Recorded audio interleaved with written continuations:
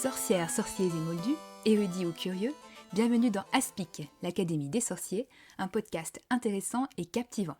Une émission proposée par la Gazette du Sorcier. Je suis Marjolaine et voici aujourd'hui la deuxième partie de notre 15e épisode consacré à la pédagogie à Poudlard. Si ce n'est pas déjà fait, je vous invite à écouter la première partie, car nous reprenons au cœur de notre passionnante discussion avec Alix et notre panel d'enseignants. Sushi, professeur des écoles, Madaï, enseignant en histoire géo au lycée, Lily, enseignante en anglais au collège, et Framboise, professeur documentaliste au collège. Après avoir débattu du système éducatif, des méthodes d'enseignement dans différentes matières magiques et de l'encadrement des élèves, nous discutons plus en détail dans cette deuxième partie des différents profs de Poudlard pour les évaluer avec, on espère, plus d'impartialité que de leur sombrage. Bonne écoute!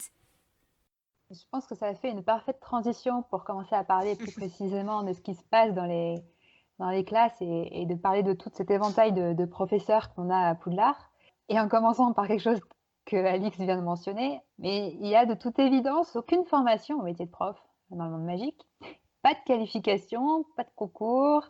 Ça aide pas Dumbledore, mais il y met quand même pas du sien. Mais du coup, des critères de compétences pour recruter des professeurs qui semblent quand même assez inexistants, on peut le dire. Attends. Déjà, il y a une problématique, c'est que c'est Dumbledore, le directeur ou la directrice de Poudlard, c'est lui qui recrute, qui a le pouvoir décisionnaire et dans les mains d'une seule personne. Déjà, alors après ça, je me demande si c'est pas, dans le système britannique, c'est pas un peu ce système-là, c'est pas le chef d'établissement qui définit les profs qui viennent travailler dans son établissement, contrairement au système français. Mais dans les écoles privées, c'est pas comme ça aussi ? Oui, c'est ce que j'allais dire, il me semble que dans les écoles privées, ouais. Il y a ce point-là. Bon, d'accord, ça se pratique ailleurs dans le monde, en dehors de l'école publique française peut-être, mais il y a le fait que Dumbledore recrute des enseignants en regardant surtout est-ce qu'il connaît la matière, le contenu disciplinaire, mais à aucun moment il s'interroge sur est-ce que sa personnalité convient face à une classe en fait. C'est-à-dire que Hagrid, on l'adore tous, c'est un de mes personnages préférés personnellement, mais il est parfait en garde-chasse. Mais confier une classe à Hagrid alors que à côté Dumbledore connaît des enseignants comme le professeur Gobplanche, mais qu'est-ce qui lui passe par l'esprit pour préférer Hagrid, à part l'affect, à part le fait qu'il le connaisse, qu'il l'a pris sous son aile. Donc on peut s'interroger sur les choix de Dumbledore et comment il fait ses choix, comment il s'interroge jamais sur qui il embauche en fait. On est presque à regretter que Ombrage ne soit pas allée jusqu'au bout et qu'elle n'ait pas elle-même sélectionné des profs. Et du coup, on aurait pu voir ses critères, donc les critères du ministère pour choisir des profs. Oui, parce qu'il n'y a aucune... comme il n'y a pas de concours, etc., il n'y a aucun test pour savoir si la personne est pédagogue aussi, parce qu'on peut être ultra performant et... comment dire compétent, merci, sur une matière, mais être un pédagogue nul, quoi. Il n'y a pas le rapport à l'élève, c'est pas juste déblatérer son cours et voilà, quoi. Donc, il n'y a pas ce feedback qu'on peut avoir dans le système français avec les concours, avec l'année de titularisation, où on vient vous voir dans la classe, ok, t'as eu ton concours, mais est-ce que t'es vraiment prêt pour avoir des élèves en classe ? Donc, il y a aussi ce problème-là. Ouais, j'ai juste ça peut peut-être aider après à évaluer peut-être les différents profs à Poudlard et on va pouvoir développer les différents points. Mais j'ai tenté de faire une liste des qualités indispensables pour qu'un prof soit correct, on va dire. Alors là, je soumets la liste à la validation des professionnels, hein. Mais j'ai distingué les qualités techniques, je ne sais pas si on peut appeler ça comme ça, et des qualités humaines. Et du coup, dans les qualités techniques, je parlais... C'est beaucoup de choses dont on a déjà parlé, mais je me dis de tous les rassembler, ça peut être pas mal. Donc, il y a évidemment l'expertise, la connaissance et les compétences dans la matière qu'on enseigne. Enfin, il faut savoir ce dont on parle, n'est-ce pas, Lockhart ? Il y a la capacité à assurer la sécurité des élèves. Donc, ça pareil, on en a un petit peu parlé. On va pouvoir développer. Je ne suis pas sûre qu'ils soient tous au point là-dessus. N'est-ce pas, Madame Bibine ? Et ensuite, il y a la pédagogie, les qualités pédagogiques, la mise en place d'une méthodologie d'apprentissage efficace et adaptée. Et il y a évidemment les qualités humaines. Donc là, j'ai pensé notamment à la justice, à l'équité dans le traitement des élèves. Je ne suis pas sûre qu'ils soient tous au point là-dessus non plus à Poudlard. Il y a l'autorité, assurer la discipline. Ça, pour le coup, il y a peu de classes où c'est totalement le bordel, donc c'est pas mal, mais bon, on pourra en reparler. Je pense qu'il y en a qui sont très bons, notamment Rogue. Et par contre, un autre point dans lequel Rogue est, je pense, le pire, c'est la bienveillance. Voilà, la bienveillance envers les élèves. Il me semble que c'est une qualité indispensable d'un bon professeur. Je ne sais pas si vous me confirmez. Et voilà, peut-être que j'en ai oublié, mais est-ce que ça vous semble correct comme liste à remplir pour oui, ça paraît pas mal. Ça résume bien. Ouais, ça paraît un bon résumé, effectivement. Bon, on a déjà parlé un peu d'Hagrid. On peut peut-être continuer sur Hagrid, les différents points qui font qu'il est insuffisamment. On l'adore tous, Hagrid, mais oui, peut-être qu'il a de l'expertise quand même. Ça, pour le coup, ça, je pense que ça va. Il connaît son... On est d'accord, on valide. Il connaît son domaine, mais je pense que son domaine est sa passion. Mais du coup, je pense que son problème, c'est qu'il n'est pas capable de la percevoir de manière objective. C'est-à-dire que du coup, il est aveuglé, pour moi, par son amour pour les créatures magiques.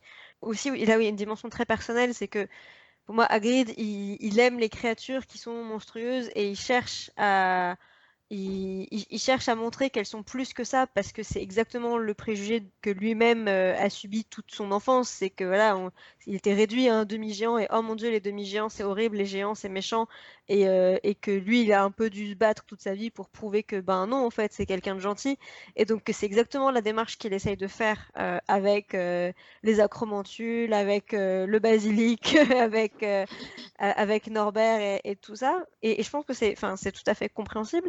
Mais ça l'empêche d'être conscient du danger que représentent les créatures et le fait de ne pas être capable de juger clairement le danger et donc d'estimer si elles sont montrables à des enfants, c'est une faille dans sa compétence en fait, dans la connaissance de la matière. D'autant plus que pour évaluer la sécurité d'un enseignement, il faut aussi évaluer les hypothétiques réactions des élèves. Là-dessus, lui, anticiper les conneries des élèves, je suis pas sûr que ce soit tout à fait... Malfoy le montre bien. La preuve avec Buck, ouais, c'est ça ce que j'allais dire. Il sait comment tout est censé se passer bien. Donc il sait les réactions qu'il faut avoir pour que ça se passe bien, mais il n'anticipe pas ce qui pourrait se passer mal. Et c'est ce qu'on demande à un enseignant aussi, d'anticiper, alors pas forcément en termes de sécurité, mais de manière générale, dans un cours, quand on prépare un cours, on essaye d'anticiper ce qu'il est possible de se passer pour pouvoir réagir au mieux en fonction de ce qui se passe et pas se retrouver démunis. Alors, c'est valable pour les enseignements, pour ne pas savoir répondre à une question, pour répondre au mieux, mais c'est encore plus valable et c'est encore plus important quand on parle de sécurité des enfants, quoi. Et effectivement, Hagrid, il n'est pas du tout là-dedans, comme tu disais tout à l'heure, parce que il est aveuglé, il n'a pas conscience des risques. Il est trop passionné, et puis le fait que ce soit un demi-géant, je pense qu'il ne se met pas à la place d'un petit élève de 6e Rikiki, et que pour lui, ok, le truc, il est grand, un hippogriffe, c'est assez... Voilà, mais ça lui arrive à la poitrine, donc bon, c'est un gros chien, quoi. Et alors qu'un élève ils sont en 3e année, quand ils voient les hippogriffes, 13 ans, il y en a certains, ils ont grandi, mais il y en a toujours des petits, et le truc, c'est à la taille d'un cheval, quand même, donc... il n'arrive pas à se mettre à leur place. C'est ça. De positionnement. C'est sa bienveillance, c'est l'empathie, peut-être qu'il lui manque un petit peu, je sais pas. Et le contexte légal, on en parle en 4e année avec des gamins de 14 ans, des scrouts à pétard qui... Rita Skeeter, on peut ne pas l'aimer, mais a le mérite d'expliciter le problème. C'est pas une créature... Mais c'est surtout qu'en l'occurrence, dans le cas du scrout à pétard, c'est Hagrid qui a lui-même fait un croisement, qui a expérimenté, et qui du coup arrive un matin avec sa petite expérience sous le bras et qui dit « Allez !» C'est ça, mais sans jamais avoir... il fait participer les élèves à l'expérience, mais il n'est pas passé devant la commission des créatures magiques dangereuses au ministère pour valider son projet. Donc, tu peux expérimenter en tant que prof, c'est sûr. Mais tu as des institutions qui exercent quand même un certain contrôle. Tu ne peux pas expérimenter n'importe comment, n'importe quoi, avec les gamins en tout cas. Et Hagrid, si, hein, c'est YOLO. Et on parlait tout à l'heure du sens des apprentissages, on le sent bien, hein, dans le 4, il n'y a que des décrocheurs dans la classe d'Hagrid. Hein. Personne ne veut aller dans ce cours. Ouais. Ils ont peur aussi. Enfin, Et donc, ils ont un ouais, prof je qui n'est pense pas que c'est capable d'assurer une leur réaction. sécurité aussi. Peut-être un point qu'on a survolé, mais que je suis sûre que vous avez plus de choses à développer, c'est la pédagogie en elle-même, hein, la mise en place une méthodologie pour préparer son cours, enfin vraiment savoir comment expliquer et comment faire intégrer une notion, etc. On n'a jamais des cours en entier hein, dans les livres, donc on peut pas, j'imagine qu'on peut pas totalement juger de la qualité didactique des cours qui sont proposés parce qu'on les a jamais de A à Z totalement, mais je pense qu'on T'as a quand bien même un pas mal. cours sur les lutins de Cornouailles qui est entier, mais qui dure 3 minutes. Oui, beau. Je sais pas si vous voulez tout de suite qu'on passe en revue les qualités d'Hilary Lockhart par rapport aux différents points, parce que je pense que ça sera assez vite fait. Attends, je tiens à préciser que tu parles de programme, qu'on voit pas de cours en entier. On apprend quand même dans le tome 5 que le programme, pour rester sur Hagrid, là juste c'est Hermione qui lui fait un programme, sa programmation de cours. Oui, Voilà. ça en Oui. dit long quand même déjà sur En effet. effectivement. Mais même pour les... Alors, qu'est-ce que vous pensez du coup de la pédagogie peut-être des profs un peu plus à la fois aguerris et respectés? Je sais pas, on peut parler de Rogue, où on a quand même pas mal de cours avec lui en potion. Et on voit quand même clairement comment se passent ses cours. On va parler de ses qualités humaines une autre fois, enfin plus tard, hein, mais pour vraiment d'un point de vue purement pédagogique, qu'est-ce que vous en pensez de la méthode Rogue? C'est cours, ils enfin, sont moi je dirais quand que c'est même plutôt pas carrés. mal. Ouais. C'est assez intéressant. Enfin, effectivement, il sait où il va. Il donne les bases, disons, théoriques, enfin, voilà, sur ce qu'il y a besoin de savoir. Et puis après, il met les élèves en pratique. En soi, ça paraît pas mal. Et puis, en potion, il y a aussi, on parlait tout à l'heure du sens des apprentissages de manière générale. C'est vrai qu'en potion, c'est assez rapidement concret. C'est un peu plus facile de donner du sens. Quand on fait des potions, bah oui, voilà, on va faire une potion de force. Bon, bah, on sait à quoi ça va servir. Enfin, donc voilà, je pense qu'effectivement, sur le point vraiment de l'enseignement, enfin voilà, de la pédagogie mise en place, bah, finalement, Rogue, c'est plutôt pas mal en fait. Et puis, enfin, visiblement, ces cours, ils ont l'air intéressants. Je ne dirais pas que ça fait envie, parce que quand on connaît le personnage de Rogue, enfin voilà. Mais ouais, ces cours, ils ont l'air plutôt intéressants. Ça a l'air chouette. Les élèves, ils manipulent, ils sont globalement en autonomie. Ils ont une recette à suivre, mais il n'y a pas quelqu'un derrière eux pour faire à leur place. Ça, c'est super important en tant qu'élève de pouvoir faire soi-même, parce qu'on apprend bien en faisant. Et enfin, ouais, ça paraît plutôt pas mal en fait. Je sais pas ce que les autres auront à en dire, mais. Non, je suis d'accord, c'est carré, on sait où il va. Moi, je me rappelle que tout est, je sais plus si il y a longtemps, mais que tout était noté sur le tableau, les différentes étapes, c'était assez clair, fallait les suivre. Donc après, au point de vue suivi, personnalisé, on peut repasser, et bienveillance aussi, mais au point de vue de l'organisation du cours, comme tu as dit, ça file, quoi.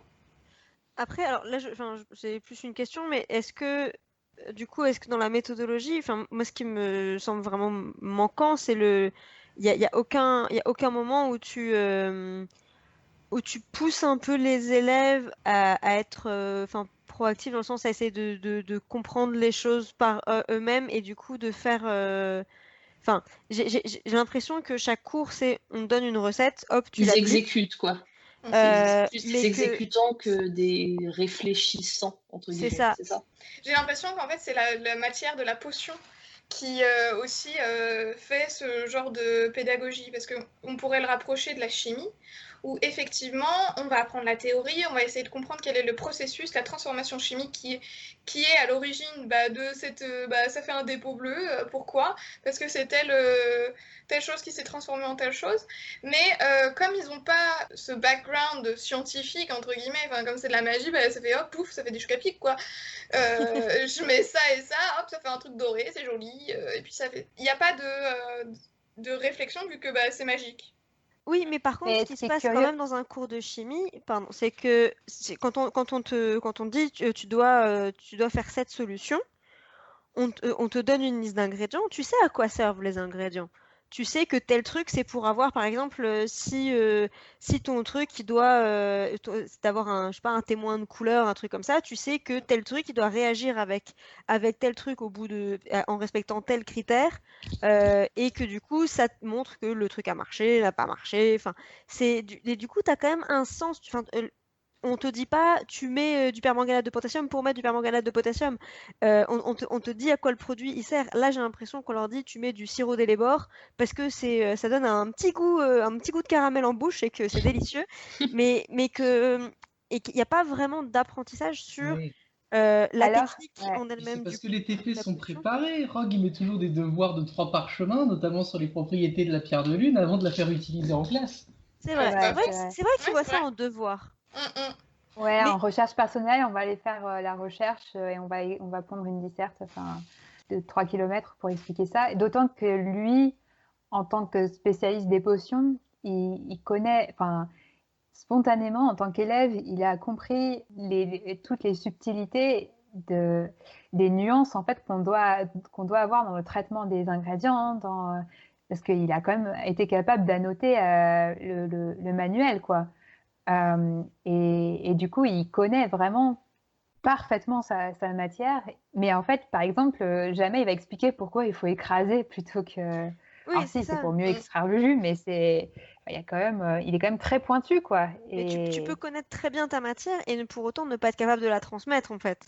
Et là, ouais. des fois, c'est un peu. Alors, c'est vrai qu'effectivement, il y a les devoirs où ils font leur recherche, mais j'ai l'impression que tu n'as aucun cours où on te dit, bah, tu dois.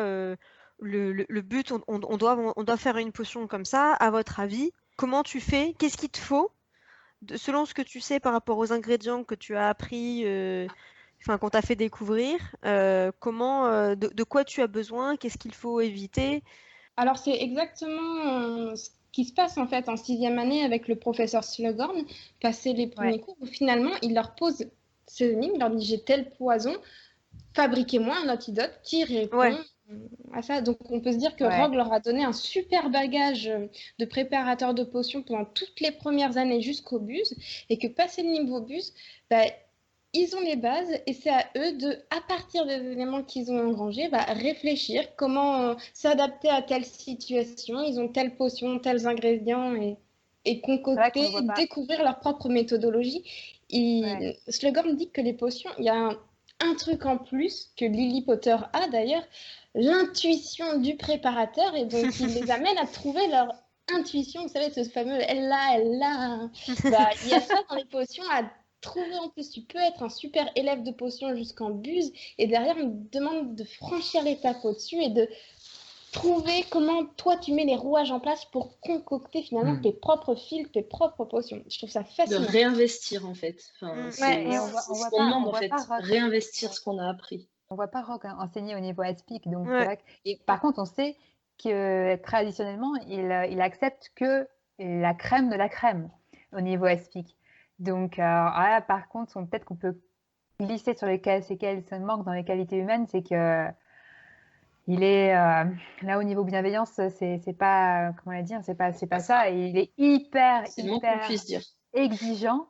Mais c'est vrai qu'on peut imaginer qu'avec la crème de la crème des étudiants qui méritent de recevoir son enseignement, n'est-ce pas? On peut imaginer des cours aspic vraiment complètement aboutis sur ce point-là. Mais bon, on va plutôt voter pour Slughorn au niveau pédagogie et qualité humaine de Après, l'enseignant. Slughorn, Les deux se complètent, je pense. C'est Slughorn, vrai. il fait beaucoup de favoritisme aussi, mine de rien. Oui, Oui. il est pas Slughorn justice, avec. équité, oui, non, c'est pas C'est ça, ça. non. La Slughorn, il est bienveillance de Slughorn, elle est enfin, elle est pas vraiment existante.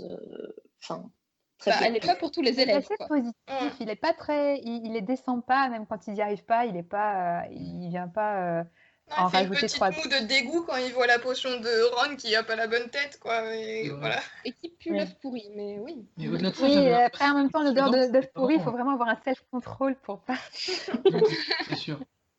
Mais c'est sûr que c'est pas le. Enfin, Rogue, ça reste choquant le comportement vis-à-vis de Neville. enfin qui a rien demandé et qui juste parce que voilà il arrive pas à faire le truc, bah enfin ça devient son épouvantaire quoi. Enfin c'est que ton prof devienne ton épouvantaire, voilà. Slughorn effectivement c'est moins dans la, C'est moins La affirmé, grande. peut-être. ouais c'est moins blessant, c'est enfin Rogue C'est moins vraiment y a mauvais. aucune pitié. Rogue c'est ça t'ouvre le bide et voilà Slughorn c'est plus subtil mais c'est pas du tout dans l'équité non plus quoi. Bah, Rogue, il des n'est pas souffres. juste, il n'est pas équitable, il est malveillant, il est clairement Mm. malveillant envers certains de ses élèves. Il les descend dès qu'il y a le moindre truc, et il les descend quand ils sont pas à la hauteur. Il les descend quand ils sont trop à la hauteur, parce qu'il pourrit Hermione littéralement parce que c'est une insupportable je sais tout, parce qu'elle a osé donner la bonne réponse. Voilà, tant que ça rentre pas dans ce que lui, il attend et dans ce que lui, il veut et dans ses petits chouchous de ce qu'il a envie, ce qu'il apprécie, et ben en fait, il va descendre absolument tout le monde, va être absolument infâme et infect avec absolument tout le monde. Et c'est à l'opposé de ce qu'on attendrait d'un enseignant, en fait.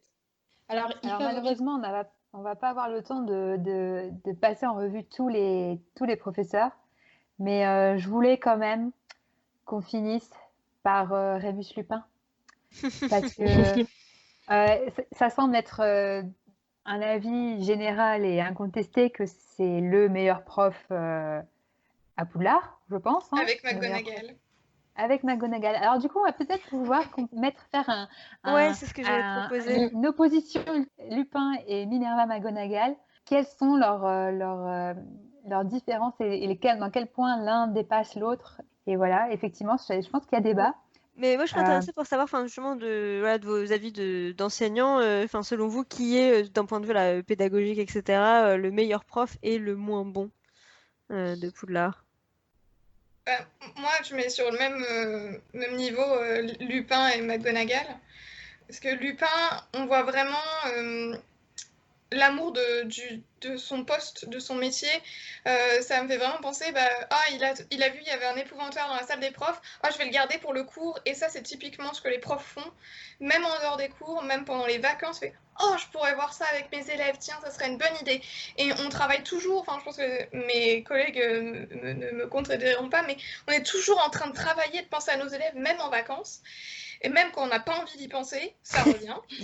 Voilà, il met en pratique, il est bienveillant auprès de ses élèves.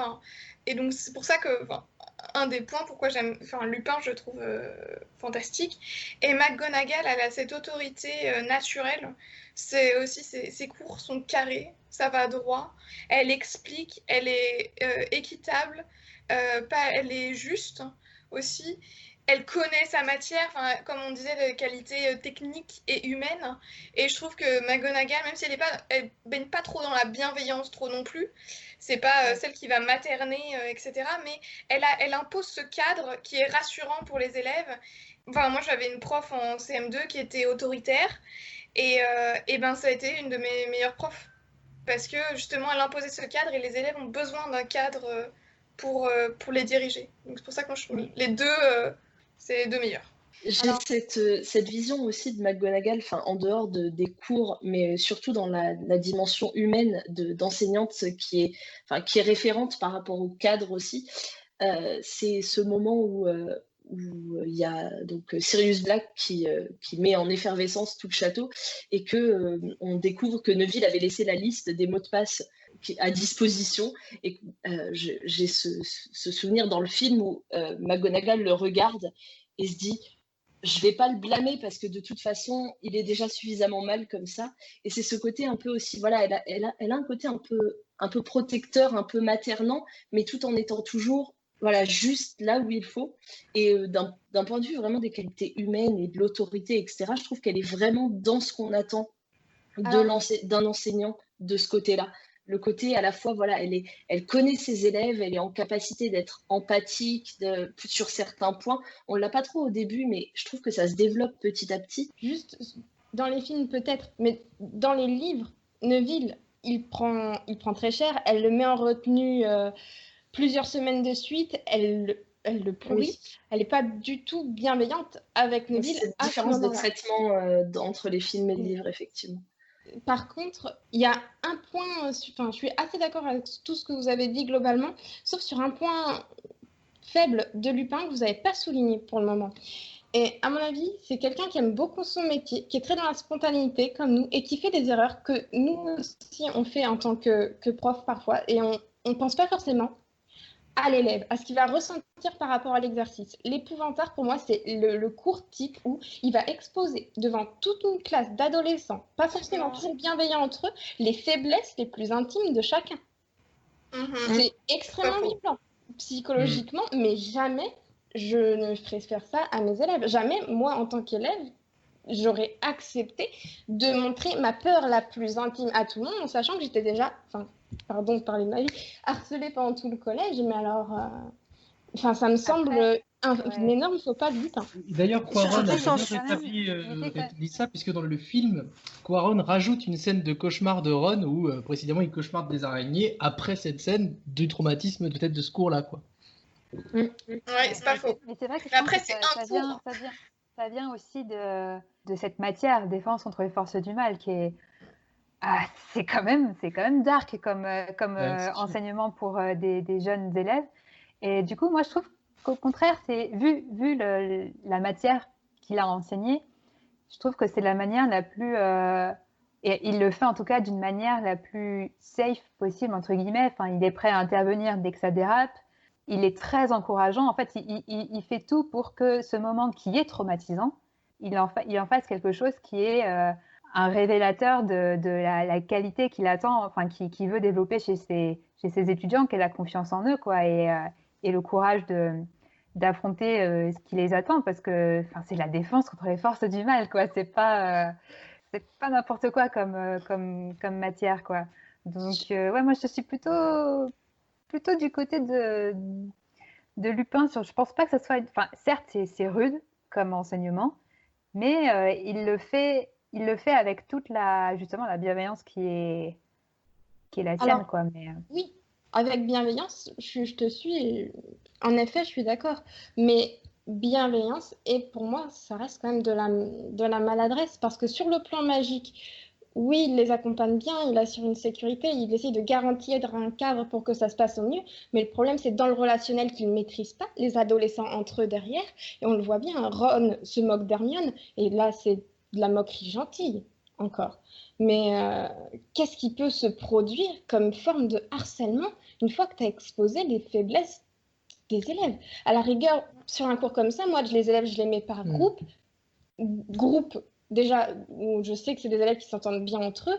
Et je me débrouille, je prends un assistant, un élève plus âgé ou quoi, pour contenir le reste de la classe, le mettre sur une autre activité. Et le travail vraiment pratique, affronter les pointards, je le fais en plus petits groupes, plus intimes. Mais je n'expose pas un élève face à sa plus grande peur avec toute la classe derrière comme public. Ça me semble maladroit. Mais c'est le seul faux pas de Lupin qu'on voit dans toute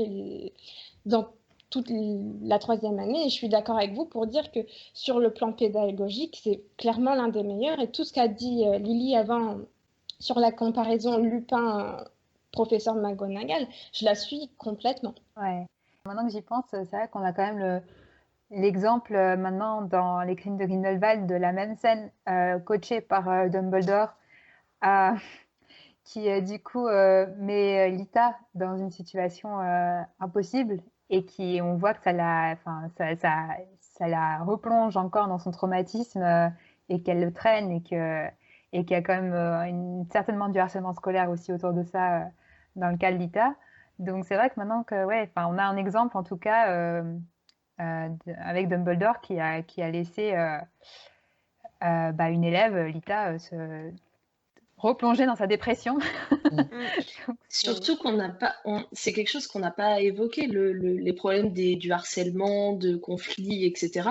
Mais à Poudlard, il y a des cas de harcèlement, il y a des cas de violence, il y a des cas de conflits entre élèves et qui sont pas du tout ou très peu pris en charge, et réglés par les enseignants.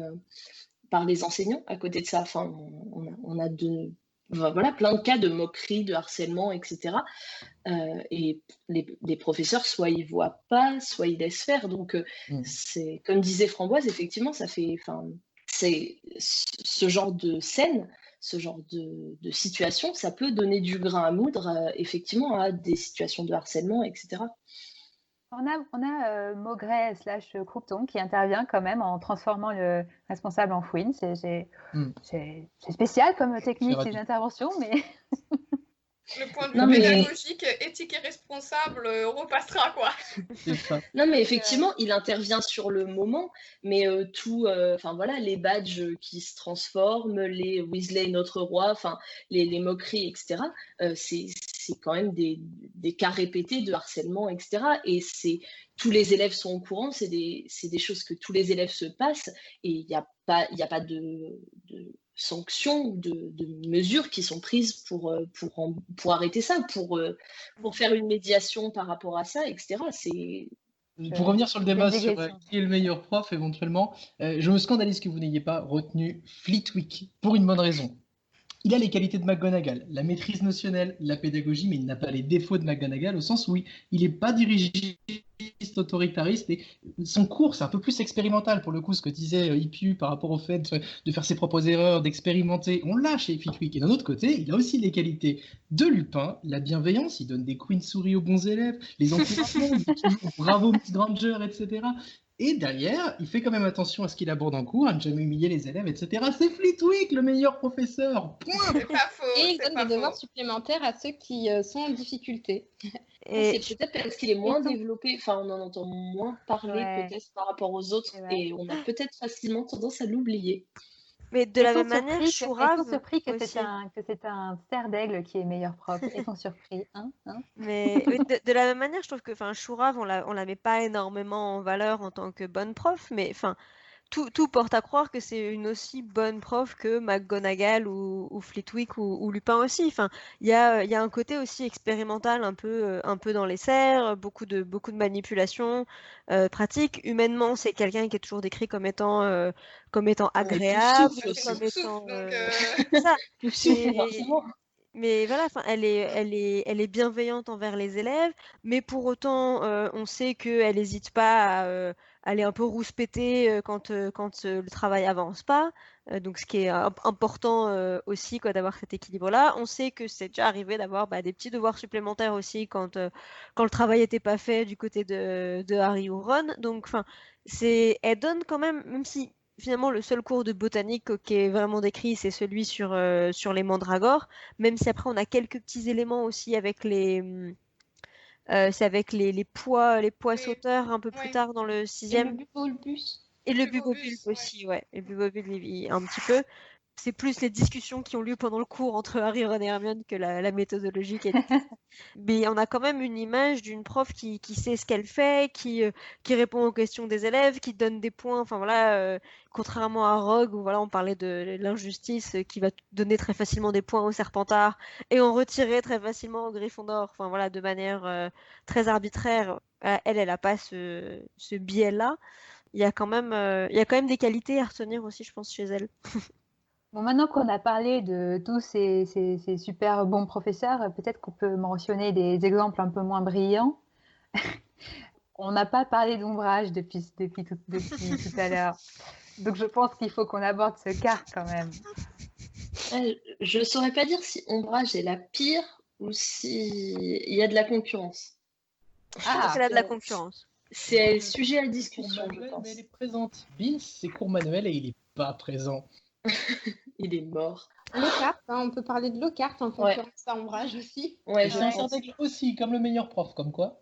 Ça pourrait équilibrer, Non, mais effectivement, si on parle de Lockhart, il n'est pas spécialement compétent, il est même totalement incompétent, puisque tout ce qu'il entreprend, il le rate. Il n'est pas capable de lancer un sort simple. À chaque fois qu'il tente quelque chose, au mieux, ça ne fait rien. Au pire, ça empire les choses. On parlait tout à l'heure d'assurer la sécurité et puis d'anticiper ce qui pourrait se passer de mal. Alors lui, il n'y a rien du tout. C'est-à-dire qu'il arrive, il ne sait pas où il va. il est incapable de récupérer quoi que ce soit du bazar que lui-même a causé. Après, peut-être qu'il tente des trucs, au moins, en termes de pédagogie, ça part d'une bonne intention, peut-être il a envie de faire participer les élèves, mais il est C'est vrai, totalement faire incompétent. participer les élèves à la lecture de sa biographie, de ses biographies, de tous ses livres d'ailleurs, c'est vachement audacieux sur le plan pédagogique. Tu devrais faire ça. Oui, après, il est assez équitable et bienveillant, hein, pour le coup. On peut lui offrir On ça. va entrer dans défendre les personnages indéfendables. Il apprend de ses trouvons la erreurs vraie aussi. Hein. vision de Lockhart. C'était un pouf souffle en fait, puisqu'il est équitable. Non, on va pas le mettre dans la meilleure maison, s'il te plaît, merci. Non, mais pour revenir à Lockhart, il apprend de ses erreurs.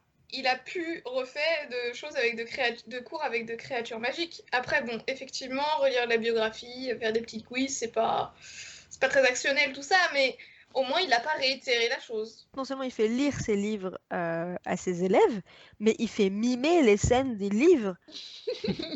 Harry, il fait tous les rôles du casting de la bibliographie de Lockhart. Ah, mais ça, c'est quand il a appris qu'il y avait eu un club de théâtre à Poudlard par le passé et que c'était fini depuis que ça avait foutu le feu à la grande salle. Il s'est dit c'est trop con, faut relancer le truc.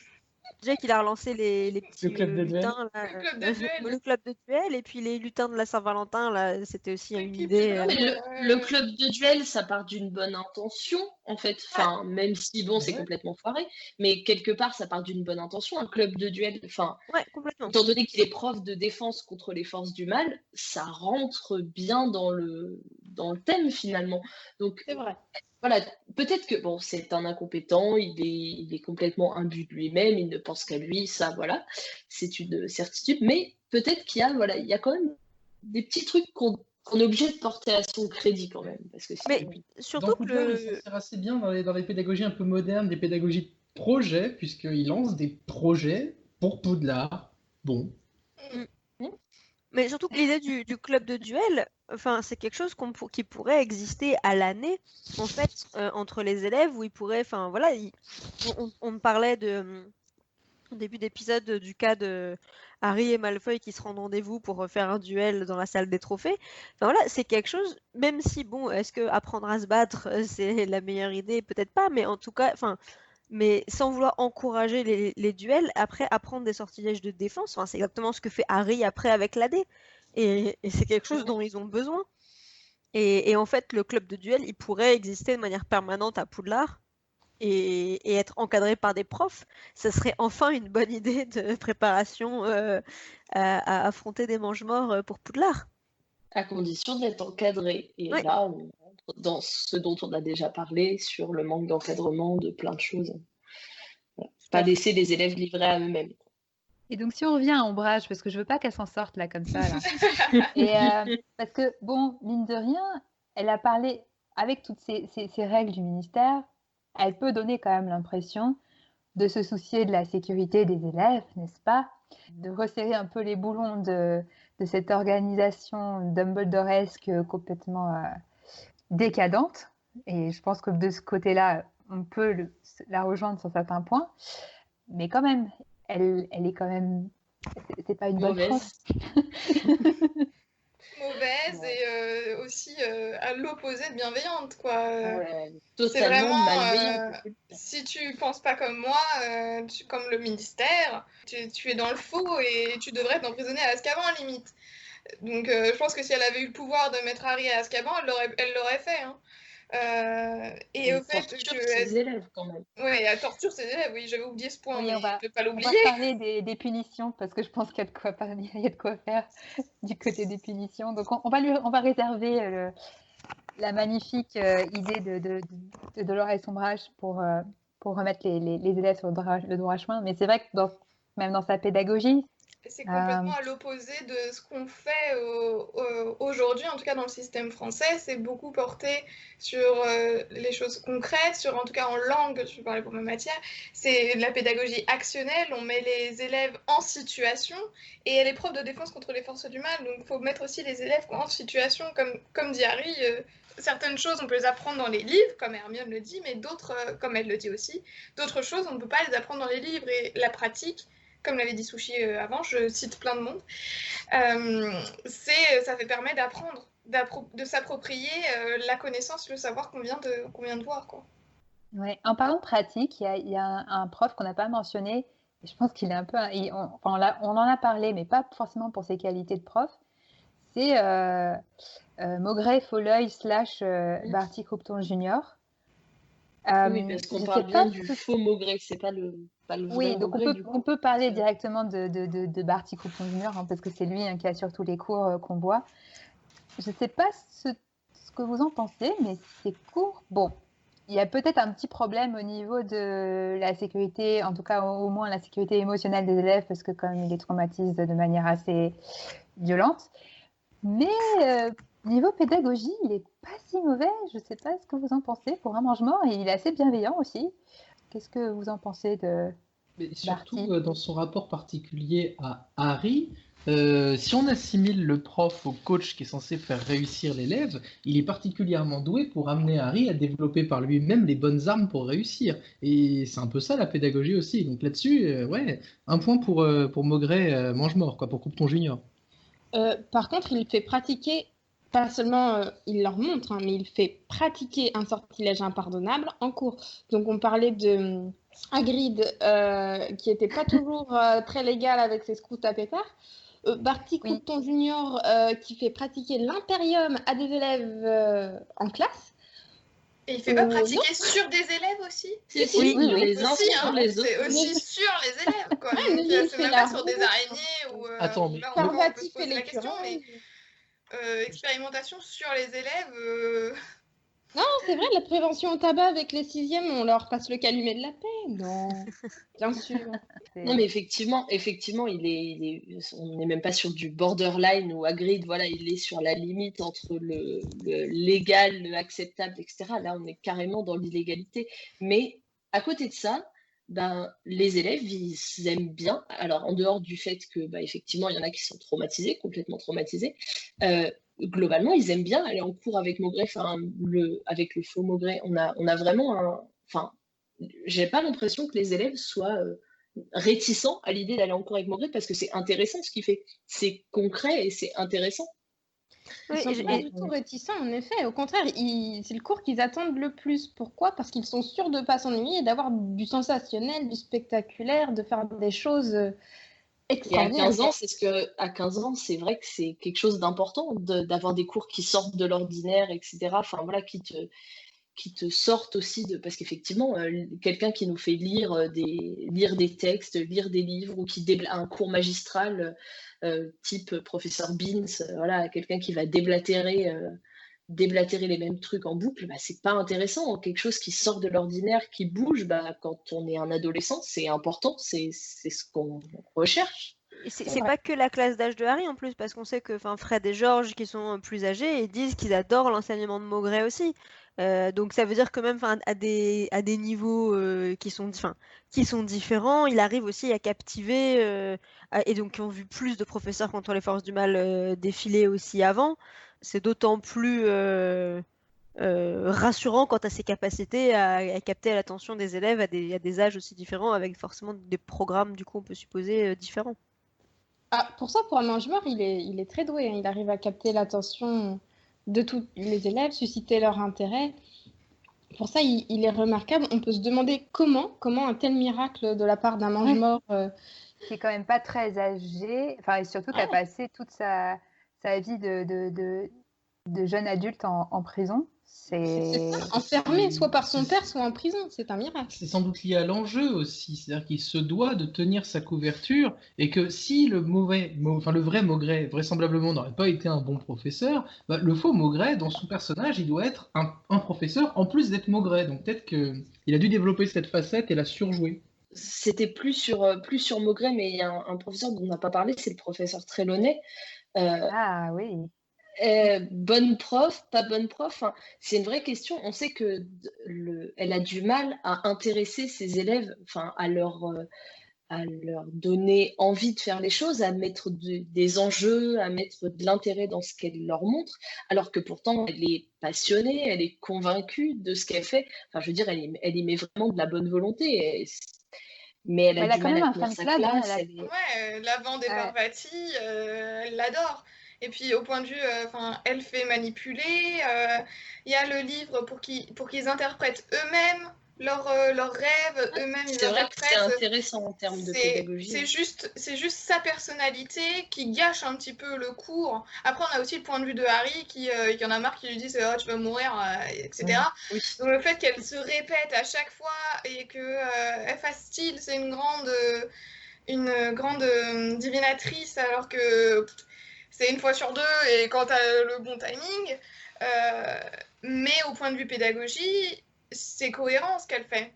Trelawney, dans son caractère, elle a un manque de confiance aussi. Et ça, c'est vrai qu'il y a c'est quelque chose qui est important aussi chez un enseignant, c'est que si tu montres pas aux élèves que tu es confiant, enfin au moins que tu fais pas semblant d'être confiant dans ce que tu fais, etc., bah, c'est plus difficile d'emmener les élèves dans ce que tu fais. Et Trelawney, après, voilà, c'est ça. Et puis de les intéresser, etc. Après, ça passe ou ça casse. Il y a toujours des élèves pour qui c'est plus facile, des élèves qui sont bonnes pattes, enfin sur qui tout peut passer. Et puis il y a d'autres élèves où ça va être beaucoup plus difficile de les accrocher. Et les enseignants qui vont avoir du mal, ça va être des enseignants, par exemple, comme Trelawney, qui vont aussi avoir du mal à être confiants par rapport à ce qu'ils font. Alors, je suis Et pas par du rapport tout à eux-mêmes. d'accord avec toi, Sushi. Pas du tout d'accord avec toi. bah. Parce que, pour le coup, je pense pas que Trelawney manque de confiance en elle, ni en ses capacités, puisqu'elle est fière et tire de la fierté d'avoir été, dans son esprit, choisie, distinguée par Dumbledore, vue comme la plus compétente parmi tous les candidats. Dans sa tête, il y en a plusieurs, qu'il aurait auditionné pour le poste de professeur de divination.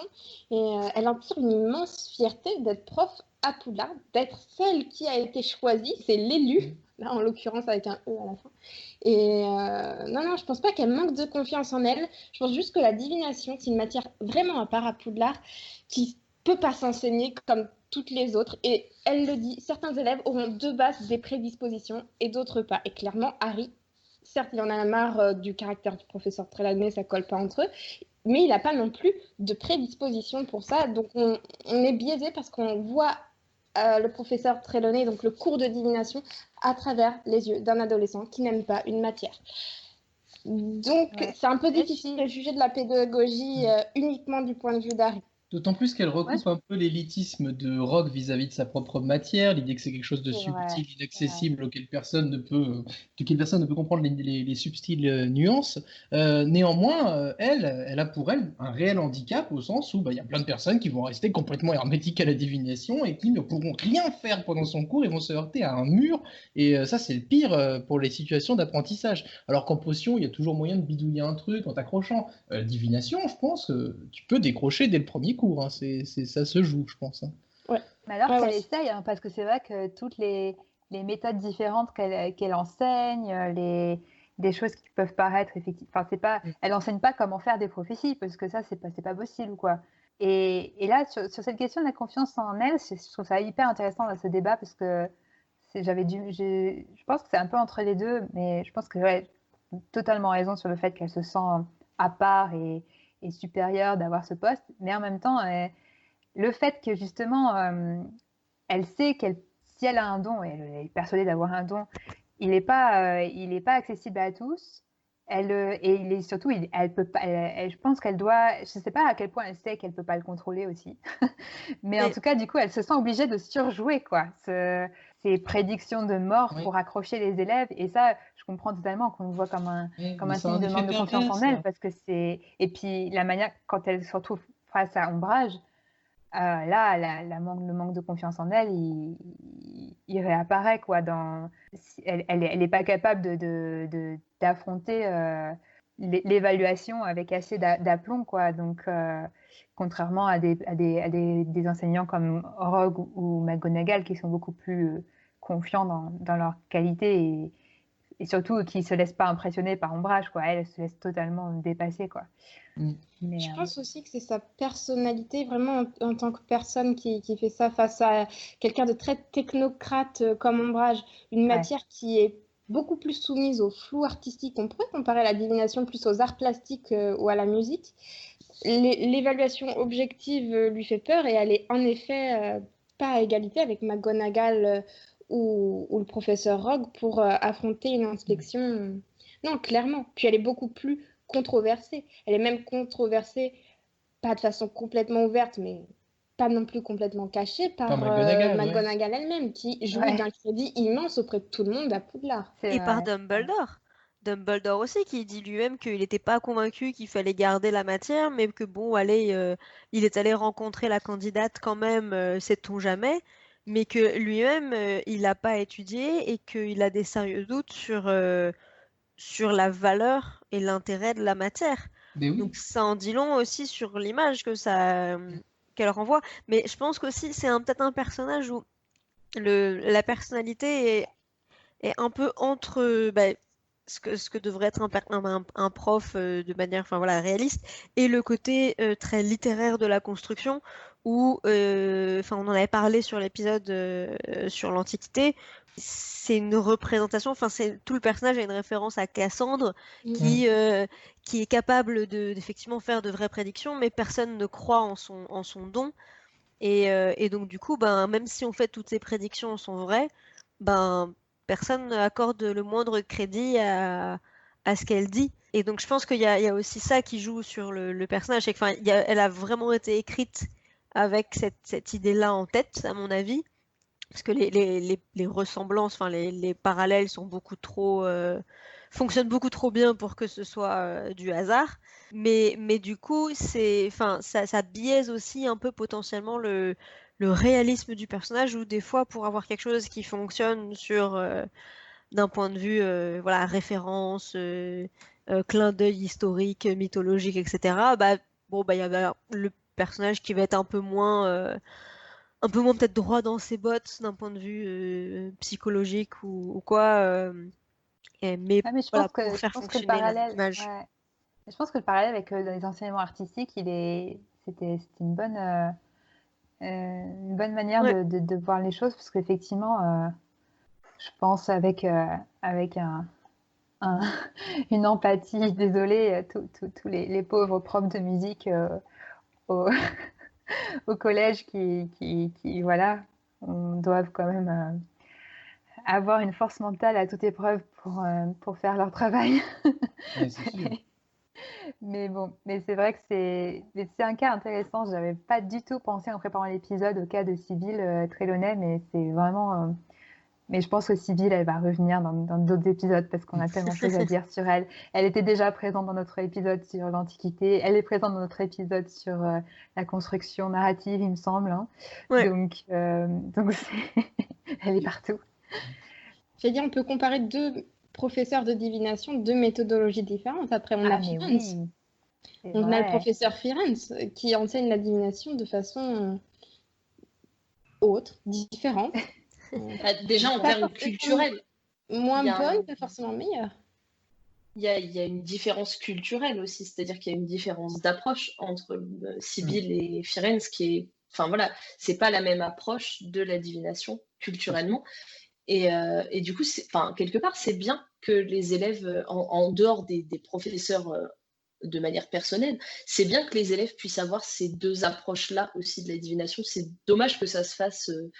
que ça se fasse un peu par la force des choses et sans avoir été réfléchi, parce que ces deux approches différentes, elles sont totalement complémentaires.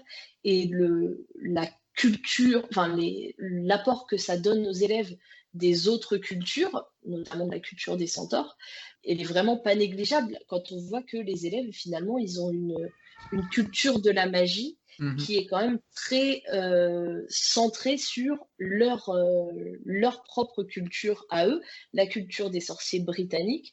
Et alors là, peut-être que j'oublie des choses et que j'occulte certaines choses, mais j'ai pas l'impression que on ouvre les élèves à Poudlard à voir des choses qui sortent un petit peu de la conception qu'on a de la magie à un moment donné et à l'endroit où il se trouve. L'idée aussi que la magie est une performance et qu'il faut faire quelque chose, faire un tour de magie immédiatement. Imaginez pour le parallèle entre les profs, est-ce que lors de leur inspection, on aille les voir et qu'on leur dise « Allez, maintenant, c'est ce que fait l'ombrage ». C'est évidemment impossible. Et c'est quelque chose du coup qui diffère un peu de tous les autres enseignements où on demande un effet immédiat, concret et une dimension assez utilitaire finalement de l'enseignement, quoi. enfin moi, je pense que les cours de Firenze, ça fait partie de mes préférés dans les livres. Mais maintenant que j'y pense, ça, je pense que j'avais déjà pensé, mais c'est quand même une sacrée occasion manquée d'avoir le professeur Beans. C'est quand même, ça aurait pu être génial d'avoir un fantôme prof d'histoire, quelqu'un de très ancien qui pourrait parler, ou je sais pas, peut-être qu'ils auraient pu avoir tous les fantômes de Poudlard qui font des conférences en cours d'histoire de la magie pour parler vraiment de leurs témoignages directs, quoi, de différentes époques. Enfin, c'est génial, quoi. Enfin, c'est dommage que du coup, Beans, il représente juste le prof qui est complètement déconnecté, qui s'est tellement déconnecté de la réalité et tellement enfermé dans sa routine d'enseignement toujours répétée de manière monocorde et sans aucune variation, qu'il ne s'est même pas rendu compte qu'un jour il est décédé et il a continué quand même à faire cours, quoi. Et ça, je trouve c'est une belle image, même si c'est triste, c'est quand même une belle image du prof qui aime tellement. En fait, on ne sait pas pourquoi il s'est levé et continue à faire cours, parce que s'il aime autant son métier, il devrait le faire avec un peu plus de passion, mais non, c'est devenu tellement automatique que ça c'est passé au-delà de la mort, quoi. Pauvre prof d'histoire géo, d'ailleurs, qui prennent quand même bien cher avec cette image du prof d'histoire géo. Ça va, Madaï? Ouais, le prof d'histoire géo parfois était le mélange de l'érudition de Beans et de la transmission de Nick Cazis en tête, qui est toujours très proche des élèves et qui rigole avec eux, quoi. Mais par rapport à la notion aussi culturelle du Centaure, enfin de Firenze, même si, enfin, je trouve l'idée d'aller chercher Firenze de Dumbledore est vraiment cool et tout, et c'est sûr que c'est une méthodologie qui a rien à voir avec celle de Trelawney.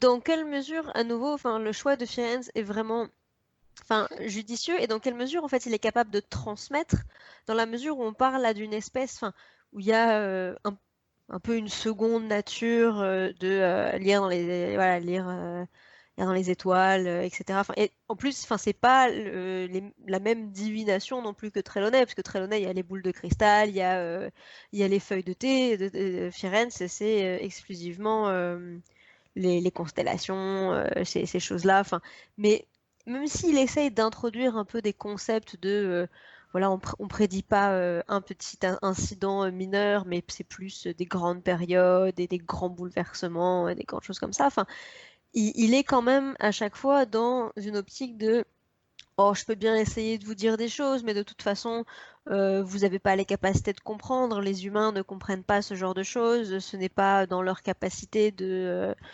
comprendre. Après, Trelawney le fait un peu aussi, hein.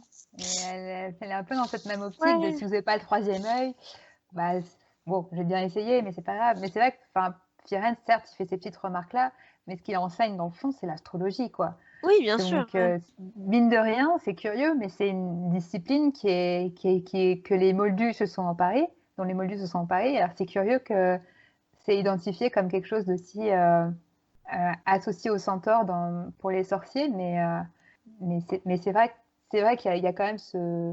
Mais bon, ça, c'est encore une fois, c'est propre à la divination, je pense, hein.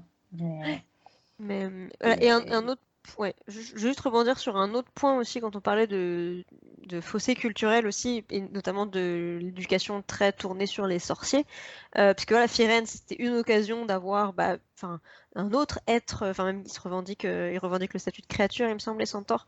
Oui, pour se différencier des vampires, voilà. en fait, qui font partie des êtres.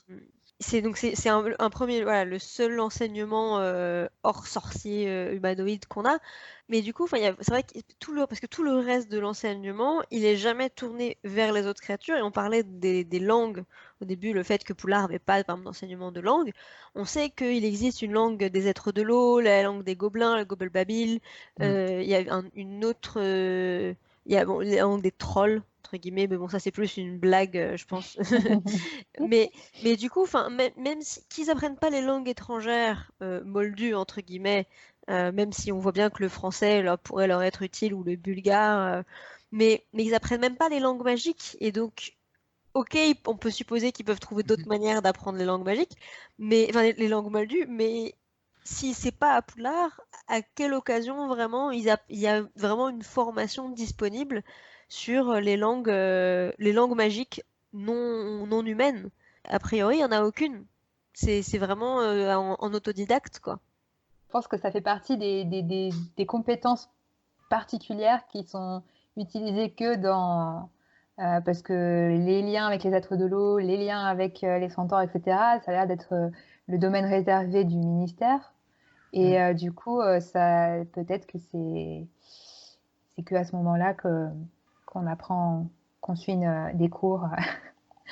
Mais je suis d'accord, c'est dommage parce que ça renforce. Mais après, c'est bien d'accord avec la culture sorcière, hein, d'être très centré sur soi. Hein. C'est ça. Sorciéro-centré.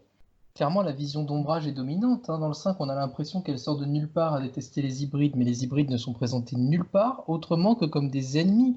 Dans les cours de Beans, on a 2 sujets qui ressortent, c'est la chasse aux sorcières et les guerres contre les gobelins, les grandes guerres contre les gobelins. Le seul autre qui existe et qui soit enseigné à Poudlard, c'est les Moldus. À part ça, dans le monde sorcier, il y a les sorciers et ceux qui leur sont inférieurs ou qui sont très secondaires, quoi. Bah, on en parle un peu en histoire de la magie, en fait, mais c'est tout, quoi. Oui, mais que sous l'angle de la guerre, quoi, et du coup, de la domination, de la légitimité historique à dominer ces peuples-là, quoi. Bon, et si on passait dans un sujet aussi joyeux, les punitions. Il y a beaucoup à en dire. Rusard oui, parce approuve. Que Rusard approuve, oui. Bon, alors, les punitions à Poudlard, bof, hein, on est d'accord. Elles ont évolué avec le temps. Attendez, dans le temps, on suspendait les élèves par les chevilles ou les poignets au plafond du bureau de Rusard. Les chevilles. Les deux. Donc, déjà, quoi qu'on Il y a pense une des évolution. Là, voilà, elles sont remises en question tous les 50 ans. Avec 1000 ans d'enseignement, ça fait que 950 ans à pendre les élèves par les chevilles et tout est normal. Eh ben, on sait enfin d'où viennent tous les cadavres qu'on trouve dans la chambre des secrets, hein, parce qu'il n'y a pas que les trucs butés par le basilic. Hein. Non, mais effectivement, il y a une vraie question à se poser sur déjà la pertinence des retenues et puis sur l'application des retenues. Enfin, déjà, rien que la pertinence des retenues, on a vraiment l'impression. Enfin, après, je ne sais pas si c'est comme ça au collège, au lycée, etc. Je n'ai pas vraiment l'impression que voilà, c'est vraiment, on donne des retenues comme ça au bon vouloir, quelle que soit la faute commise, quelle que soit l'erreur, etc. À Poudlard, c'est vraiment. Si, d'accord. Ah, bon. si. Pour moi. On n'est jamais d'accord dans les équipes pédagogiques sur qu'est-ce qui va justifier une retenue ou autre. Je ne sais pas dans vos établissements, mais alors dans le mien, ils n'arrivent pas à s'harmoniser, donc c'est au bon vouloir des profs. La CPE a parfois même épinglé certains profs à l'AG de fin d'année en mode vous usez beaucoup de tel type de punition. Qu'est-ce qu'il justifie? Non, c'est une question qui fait toujours beaucoup débat dans les établissements scolaires, je pense, les punitions, et ça fait pas exception, à mon sens, à Poudlard. Oui, mais moi, je trouve qu'il y a quand même une graduation dans les punitions. Quand si je vois mon établissement, on a d'abord le rappel à l'ordre. Alors après, moi, c'est surtout le rappel à l'ordre. Hein. Les retenues, on est assez consensuel, mais il y a des profs qui en remettent, mais à tout va. Ils dégainent le rappel à l'ordre et d'autres pas du tout. Et donc, il y a quand même une gradation, rappel à l'ordre, plusieurs rappels à l'ordre. Si on en a trop, on a une retenue. Ou si vraiment l'affront ou l'incident est grave, il y a une retenue. Puis après, il y a l'exclusion, il y a le rapport aussi entre les deux qui peut être amené d'une retenue ou amené d'une exclusion. Le mot d'information aux parents aussi, c'est vrai. Le conseil de discipline. Non, on a des gradations, c'est vrai. Après, liberté pédagogique oblige, on n'utilise pas tous, on ne met pas nos seuils de tolérance tous au même endroit. Oui, tout à fait. Mais à Poudlard, j'ai l'impression qu'il n'y a pas cette gradation, c'est tout de suite la retenue. Ou s'ils enlèvent des points. Retenue ou exclusion, oui, enlever des points. Mais enlever des points, c'est plus le côté, c'est vraiment le côté de jugement par la communauté, jugement par les autres élèves. Si tu fais perdre des points à ta maison, tu vas être mal vu aussi par les autres élèves. Au harcèlement, les élèves qui font perdre des points, ils se font taper dans la salle commune en revenant après le cours, hein, c'est sûr. Après, ça, c'est un autre type de punition, je dirais. Voilà, c'est de valoriser En fait, l'idée, c'est plutôt de valoriser les bonnes actions. Et du coup, par extension, s'il y a des abus, on baisse. Mais je pense que le système de points, c'est plutôt la dynamique, c'est plutôt en faire gagner. Et puis, voilà, c'est un moyen de pression aussi. Mais du coup, je le vois un peu différemment de la sanction disciplinaire, où effectivement, il n'y a pas vraiment de gradation. C'est retenue ou alors exclusion. Et visiblement, exclusion, elle est forcément définitive, puisqu'il n'y a pas de... Enfin, il n'y a pas d'exclusion exclusion juste de temporaire, cours où tu es en emploi du temps, tu es avec le CPE, mais comme ils n'ont pas de CPE aussi, c'est normal. Donc il n'y a pas d'exclusion temporaire. C'est vrai. Mm. Il manque un CPE à Poudlard. Qu'est-ce que fait le CPE de Poudlard? Auprès de C'est un qui, rôle ouais. essentiel, le CPE, dans un établissement scolaire. Auprès de qui Hermione a négocié la situation au moment où elle a décidé de renoncer à la divination, quoi.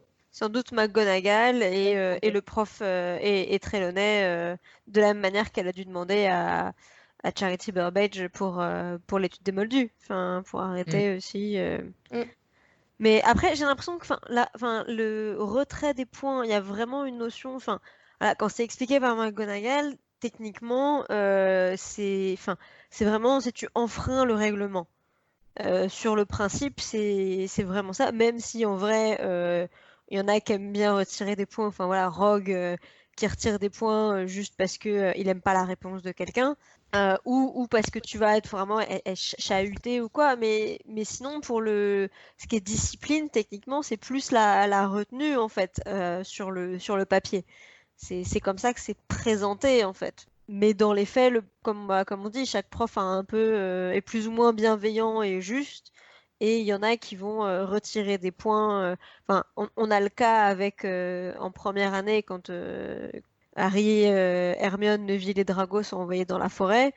Ils perdent à la fois des points parce que ils étaient hors du château, hors du dortoir en pleine nuit, donc non-respect du règlement. Et la retenue, c'est pour insister sur le fait de vous avez fait un truc grave et vous devez avoir une punition individuelle parce que vous devez comprendre pourquoi le château est dangereux. Oh, on va vous envoyer dans la forêt. Oui, Du coup. c'est ce que j'allais dire. coup. C'est genre... Alors oui, parlons-en de cette première retenue, parce que quand même, quel est Alors certes, c'est une retenue où on fait quelque chose d'utile. Donc on va dire, c'est des travaux d'intérêt généraux. Voilà. Sauf que si c'est pour apprendre que ne sortez pas de nuit dans le château parce que c'est dangereux, de donner comme retenue aller sortir de nuit dans la forêt, interdite. Avec Hagrid en plus. Bon, avec Hagrid, mais bon, ça c'est... Et à un moment, ils sont même plus avec Hagrid, ils sont qu'avec Croque-Dur. On te file avec un chien que Hagrid dit qu'il est peureux en plus. Pour les mettre dans une situation hyper dangereuse quand même. Là, certes, c'est celle dans c'est pas la retenue de laquelle ils vont sortir le plus amoché, puisque niveau sévices physiques, on en a d'autres. Mais quand même, niveau dangerosité, c'est pas mal. C'est pas mal. Il y a toujours une dimension dégradante aux retenues. Et je pense que d'ailleurs, celle de Lockhart ne fait pas exception. McGonagall savait très bien à quoi elle condamnait Harry quand elle l'a envoyé chez Lockhart. Mais la toute première, c'est récurer les trophées à main nue, alors que tout le monde sait qu'avec un sortilège, ça se fait en 3 secondes. C'est des humiliations, c'est pour remettre les élèves à leur place. C'est extrêmement dégradant. Ranger tous les archives de je sais plus quoi, là, avec Rogue... quand Harry les archives de Rusard, les archives de Rusard. Ouais. Avec les noms de ses parents qui apparaissent. Ouais. Et puis même au point de vue pédagogique, sinon c'est écrire des lignes, en plus des sévices physiques et psychologiques, parce que Ombrage dit je ne dois pas dire de mensonges, donc elle remet vraiment en cause la parole de Harry qui a quand même vécu quelque chose de traumatisant, qui veut le montrer, informer tout le monde. Il dit non, tu dis n'importe quoi, donc au point de vue de la confiance en soi, heureusement Harry il est fort, mais on met quelqu'un d'autre à sa place, ça peut avoir des séquelles psychologiques assez importantes. Et écrire des lignes, franchement, c'est pas franchement très intéressant pour la personne qui fait la retenue. Alors, est-ce que l'un de vous a déjà donné des lignes à faire? Je confesse, je le fais très régulièrement recopier le point du CDI en retenue sur ne mangez pas de chewing-gum au CDI. Bête, méchant, c'est vrai, ils perdent leur temps. Ça m'évite d'avoir beaucoup de temps à mettre pour inventer des exercices, oui. Alors oui, pour ce point précis de non-respect du règlement du CDI, ouais, ils copient des lignes et ça rentre dans leur tête et ils le font en retenue. Et en général, c'est de 16h à 17h le vendredi. Mes élèves détestent bien, mais généralement, je reprends rarement 2 fois le même élève à me faire ce coup-là. Donc, alors, je précise, je le fais pas à chaque fois. Début d'année, je suis gentille. Début d'année, je leur dis toujours, je fais des rappels à l'ordre, j'y vais graduellement. Hein, je ne suis pas qu'une prof tortionnaire, je précise. Mais oui, il y a un moment où quand le chewing-gum, ça colle, c'est un peu la devise du CDI. Donc, bah, le chewing-gum, bam, heure de colle, et heure de colle, bien bête et méchante. Oui, recopie les leçons. Mais je pense que la dimension dégradante et humiliante, certains copier les professeurs dans le leçons. monde moldu en jouent encore. Hein. Je pense à une collègue qui tapissait les murs de sa salle des punitions des élèves et qui avait cumulé les punitions sur 2 ou 3 ans. Et comme ça, elle dissuadait ses élèves en classe en leur montrant tout ce qu'avaient fait les précédents sur les heures de cours où ils s'étaient, enfin de colle, pardon, où ils s'étaient embêtés à recopier des lignes et des lignes. C'était horrible, atroce. Ah, ça, Rusard, il en serait fier, je pense. Ouais. On parle des actes de bienveillance ou quoi, enfin voilà, à Poudlard, mais dans le monde moldu, les profs qui classent par exemple les copies de la meilleure à la moins bonne, je trouve que c'est pas particulièrement bienveillant non plus. Ah, ça, c'est horrible. Horrible. Bien sûr. Mais effectivement, il y a plein de choses là qu'on a mis en évidence sur Poudlard, etc., qui sont quand même pratiquées dans l'enseignement, enfin voilà, chez les moldus aussi. Enfin, vraiment, il faut aussi se dire qu'on le notifie parce que c'est pas censé être normal, mais pour autant, effectivement, il y a des. Enfin, personne n'est parfait et il y a des abus partout. Ouais. Mais je pense que c'est C'est un bon rappel, peut-être ouvrir, à moins que vous ayez d'autres punitions à prendre comme exemple dans les livres. Mais c'est vrai que pour rappeler on a parlé tout à l'heure du fait que J.K. Rowling avait une expérience d'enseignante et souvent dans le monde magique qu'elle décrit, certes, il y a toujours, on a parlé au début, il y a ce côté voilà, paillettes, on a envie d'y être, étincelle, c'est cool, quoi. Mais il y a toujours cette critique aussi sous-jacente. On en a beaucoup parlé dans des précédents épisodes, mais là, pour le cadre du système éducatif, tous ces défauts qu'on a pointés, il y en a certains qui sont liés au monde magique, qui a ses règles un peu particulières, mais tout ce qui est des comportements des profs, de systèmes d'inégalité, de harcèlement, etc. C'est pas quelque chose, c'est quelque chose qui est vraiment un commentaire de notre monde, quoi.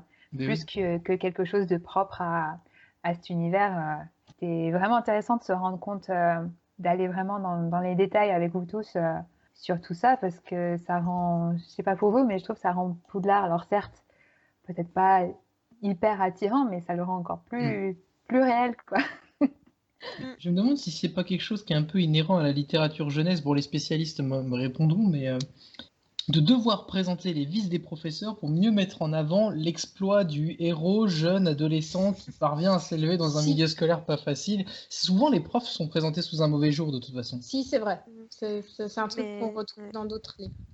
Soit pour mettre en avant la figure du mentor, quoi, qui va être là on a parlé de Lupin, de McGonagall, voilà, de ces profs un peu idéaux qui vont devenir, bon là encore plus Lupin que McGonagall, mais parce qu'il y a toute cette dimension de cours particulier aussi, mais voilà, pour mettre en avant encore plus ces profs qui sortent du lot et qui vont développer un lien privilégié avec leurs élèves et qui vont être décisifs dans leur progression, quoi.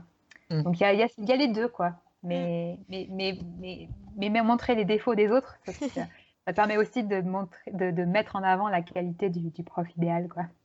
Mais faut aussi, je pense, avoir en tête que du coup, il y a au-delà des compétences de professeur du personnage, je pense qu'il y a aussi l'idée de, enfin, surtout les professeurs les plus importants à l'intrigue, comme Rogue, comme Ombrage, etc., où ils ont leur rôle de personnage à jouer, où vraiment ils ont un impact. Et donc il y a des choses, même si c'est pas, enfin voilà, comme on disait tout à l'heure par rapport à Trelawney, où l'auteur a besoin de les emmener dans une direction particulière pour provoquer un certain nombre d'actions ou de péripéties.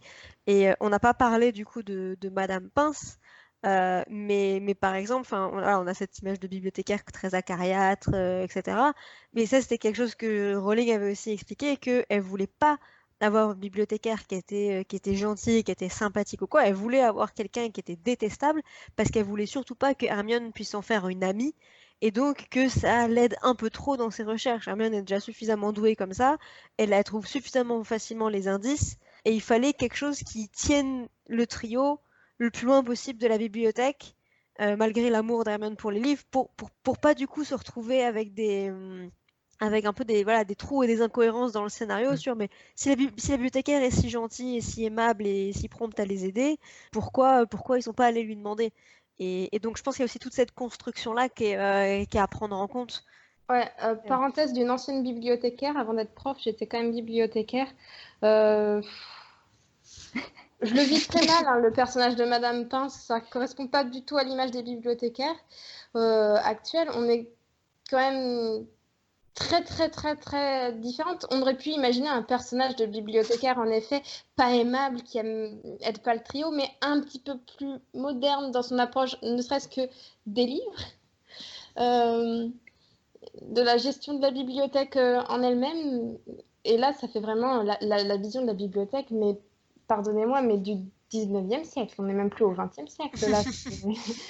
C'est tellement archaïque, le silence. Enfin, c'est une église, en fait. La bibliothèque de Poudlard, c'est une église.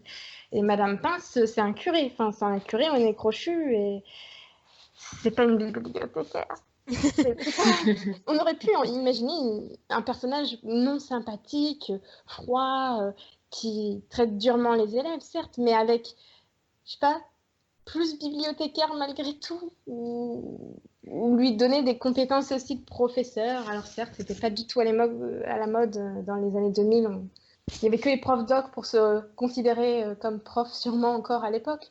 Mais je sais pas, essayer d'en faire un personnage un petit peu plus consistant que juste elle a un chignon, des lunettes et elle est méchante et c'est la vieille dame. C'est un archétype de... Enfin voilà, c'est vraiment le cliché de la bibliothécaire sèche et poussiéreuse presque. Et, complètement. Elle est aride, c'est le mot. Désolée, c'est mon cœur de bibliothécaire au fond de moi. Voilà. Et je peux témoigner que moi j'ai un super souvenir de notre documentaliste au collège qui m'avait... je détestais notre CPE adjoint qui était horrible pendant les heures d'études. Et du coup, j'avais réussi à me faire amie avec la documentaliste et à réussir à échapper à toutes les heures d'études, à me réfugier à la bibliothèque sans passer par l'autorisation spéciale d'y aller. Et du coup, voilà, de devenir son assistante, à l'aider à recouvrir les livres, à mettre les tampons dans les pages. C'était ma grande passion quand j'étais en 6e, 5e. Dédicace à mes élèves qui font ça avec moi. Oui, c'est pour ça qu'eux viennent toujours au CDI. Je le précise. Si jamais j'avais des élèves qui tombaient sur ce podcast, ne vous étonnez pas pourquoi certains sont pris au CDI. Ils nous aident à couvrir les livres. Donc voilà, donc je ne sais pas si effectivement on aurait pu avoir une Madame Pince qui prenne Hermione sous son aile et qui lui l'autorise, enfin qui lui demande à faire à mettre à jour les étiquettes des... Ah, mais ça aurait été triste parce que si la maman de Rogue avait été douce et aimante, ça aurait cassé toute l'histoire, tout le personnage de Rogue. Tristesse. Là, on vous renvoie à Madame Pince et la mère de Rogue. À notre... Je ne sais pas si on en parlait dans Salut les sorciers sur les théories, mais en tout cas... Il y a un article là-dessus. Il y a un article là-dessus. De toute façon, il y a un article surtout dans la Gazette. Toujours se référer à la Gazette du sorcier. Est-ce que quelqu'un a un dernier point qu'il souhaite absolument aborder, qui n'a pas eu le temps de glisser? Oui, moi j'ai une question. Si quelqu'un a peut-être la réponse. Est-ce qu'il y a une sélection scolaire ou pas à l'entrée de Poudlard? Je m'explique. Non. Rusard est un craque-molle, mais Rusard peut avoir accès à la magie si vite magique ne ment pas, avec des cours particuliers, etc. Du coup, est-ce que les craque-molles, ce seraient pas les sorciers pas suffisamment doués en magie pour réussir à Poudlard, que du coup Poudlard recale et qui doivent partir dans le privé? Moi, je pense que Vite Magique, c'est comme les trucs comme J'aime, etc. Ça te vend du rêve, mais en fait, c'est n'importe quoi. Ouais, je pense Ouais. aussi. Je pense aussi, ouais. Mais c'est vrai qu'il y a la fameuse grande peur de la famille de Neville qui soit un crack-molle. Et du coup, dans les textes supplémentaires sur Pottermore, on découvre ce fameux système du registre avec la plume qui inscrit les élèves dès À leur qu'ils, naissance. alors, soit à leur naissance, soit au moment où ils manifestent des pouvoirs magiques. Parce qu'il me semble que c'est ça, en fait. Et Ouais. parce qu'il me semble que Neville n'est pas inscrit tant qu'il n'a pas montré qu'il a des pouvoirs magiques, en fait. Bah, sinon, Donc, il serait pas aussi stressé qu'il ne montre aucun pouvoir magique. c'est C'est pas le ça. cas. Et en fait, ça veut dire aussi que personne ne sait à la naissance d'un enfant, à part s'il développe ses pouvoirs tout de suite à la naissance, qu'il change de couleur, qu'il fait changer de couleur ses cheveux dès qu'il sort du ventre de Tonks, quoi. Mais sinon, il y a a priori personne n'est capable de dire à la naissance qu'un enfant est magique ou pas tant qu'il n'a pas montré, quoi. C'est vrai qu'il y a, Et donc, il y a Hagrid qui dit que Harry est inscrit à Poudlard depuis sa naissance, mais comme c'est c'est pas Hagrid, vrai. enfin voilà, Hagrid est-ce qu'il il s'emporte un peu en le disant, mais voilà, il est inscrit, dans le sens depuis qu'il est tout petit, mais Oui. voilà, À ou moins est-ce qu'il qu'il ait, à moins Mais pour le à cas moins de que Harry, ce je soit pense que comme. c'est vrai. Parce qu'il a quand même survécu à un sortilège de mort, même s'il y a Ah, eu ça, toute c'est vrai. toute la protection de Lily, Ah, mais c'est etc. vrai. Je pense qu'il y a un Mais il truc. avait déjà un an. Ouais. Alors, est-ce que c'était ce moment-là qui lui a permis d'être inscrit, ou est-ce que pendant sa première année, il avait déjà. C'est possible aussi, hein, que dans ses premiers mois, il Il manifeste, ouais. manifestait Alors, est-ce que le fait de jouer, de réussir aussi bien à jouer sur son balai jouet, à poursuivre le chat, est-ce que ça suffit à prouver qu'il avait des dons surnaturels? Peut-être. Mm. Mais c'est vrai que sur cette sélection à Poudlard, bah ouais, non, je pense, désolée pour les craquemolles, mais si c'est mort, quoi. Et je pense pas que de. Les 10 de côté sous prétexte qu'ils sont pas parvenus à maîtriser parfaitement leur orthophonie, leur lecture, leur écriture parfaite, et on leur dit ah bah non, toujours pas, donc tu rentres pas au collège, tu te démerdes. Ouais. Mais bon, pour le coup, ça, c'est vrai que Poudlard est élitiste dans le sens, on prend que les sorciers, mais il est quand même démocratique dans le sens, on les prend tous, quoi. Mm. Par contre, après, une fois que vous êtes là, comme on l'a dit tout à l'heure, qu'on l'a dit dans le premier épisode, puisque maintenant on sait que ça va être 2 épisodes, si vous n'arrivez pas à suivre, tant pis pour vous, on va pas vous. On ne mettra pas en place tout ce qu'il faut pour que vous réussissiez. À vous de vous débrouiller. C'est une bonne manière de conclure sur le fait que bon bah si on n'a pas reçu notre lettre à Poudlard, c'est mort a priori. Hein. Je pense que pour tout le monde autour de la table imaginaire qu'est ce podcast, c'est mort. On a fait notre deuil depuis le temps. Nos 11 ans sont un peu loin. On a tellement fait le deuil qu'on vient de passer, plus de 3 heures à cracher sur Poudlard.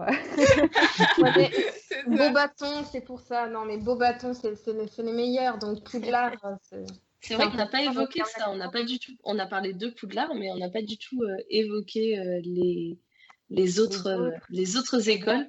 Eh bien, ce serait un magnifique sujet pour de prochains épisodes, parce que je pense que ça serait super qu'on fasse des épisodes sur les différences culturelles dans le monde magique, dans ce qu'on connaît. Et je pense que dans Harry Potter, le seul truc qu'on connaît, c'est les différentes écoles. Enfin, en tout cas, c'est ce sur quoi on a le plus On d'exemples. connaît aussi le tapis volant d'Ali Bachir, qui est bloqué à l'importation parce que les balais dominent le marché anglais. Ah là là. Mais en tout cas, ça permet de lancer un appel aux auditeurs. N'hésitez surtout pas à nous envoyer vos idées de prochains sujets. Si vous avez été très frustré qu'on ne parle pas assez d'un des professeurs qui vous pensez qu'il mérite une thèse, écrivez-la, envoyez-la à nous et puis et on vous invitera. En tout cas, vous pouvez proposer tout au sujet. On fera des sous-épisodes, un par prof. C'est ça, on peut faire une série, si vous avez envie d'avoir une série d'épisodes bonus sur les profs, pourquoi pas. Du coup, merci à Sushi, Malai, Framboise et Lily d'avoir été nos invités pour cet épisode. C'était très chouette de vous avoir. Et merci à tous les auditeurs et auditrices qui nous ont envoyé plein de petits messages très mignons ces derniers temps sur les derniers épisodes. Donc voilà, c'est toujours très agréable de vous lire. Donc continuez à nous envoyer, à faire partager vos réactions, vos avis, vos questions sur les épisodes, nous proposer des idées pour des prochaines émissions ou des lectures. On nous a envoyé des recommandations de livres, donc on est toujours preneurs. Voilà, et ça sera peut-être le sujet d'un futur épisode de l'Académie des sorciers. Vous pouvez contacter la rédaction et l'équipe par mail à rédaction@gazette-du-sorcier.com, sur la page Facebook l'Académie des sorciers, Twitter aspic_GDS. Donc tous les épisodes sont disponibles sur SoundCloud de la Gazette du Sorcier et iTunes, Spotify et toutes les applications de podcast et la chaîne YouTube de la Gazette sous le nom Les Podcasts de la Gazette du Sorcier. Donc on remercie Caligula qui a composé le générique d'après les thèmes de John Williams et Patrick Doyle et Salem qui s'occupe de toute la technique de ce podcast. À très bientôt pour le prochain épisode de l'Académie des Sorciers. Pastez